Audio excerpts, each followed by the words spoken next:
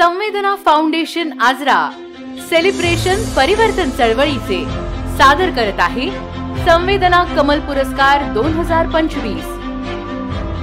शिक्षण क्षेत्रासाठी पहिलं नामांकन आलं आहे चंदगड मधून।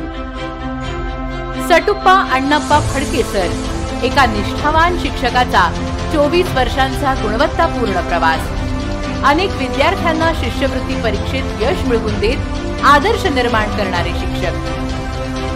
पुढील नामांकन लाभलं आहे डॉक्टर दयानंद साळुंके यांना। सर म्हणजे शिक्षण आणि सामाजिक बांधिलकीचा अनोखा संगम। 800हून अधिक तरुणांना रोजगार मिळवून देणारे आणि गरीब गरजू विद्यार्थ्यांसाठी सदैव मदतीस तत्पर असणारे व्यक्तिमत्व म्हणजे आदरणीय साळुंके सर। शिक्षण क्षेत्रासाठी तिसरे नामांकित आहेत ॲडव्होकेट M.A. पाटील। नौसेनेतील राजपत्रित अधिकारी ते समाजसेवेसाठी खपणारे वकील हा त्यांचा प्रवास अजब आहे। गीतकाराची ओळख असलेले पाटील सर आपल्या गीतातून समाज प्रबोधनही करतात। मधमाशी पालन आणि सेंद्रिय शेतीतही ते सक्रिय आहेत।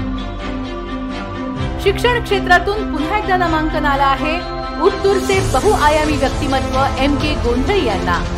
आणि पाचवं आणि अखेरचं नामांकन लाभलं आहे निसर्गाशी घट्ट नाते असणारे समर्पित शिक्षक कृष्णा दाजीबा खाडे यांना।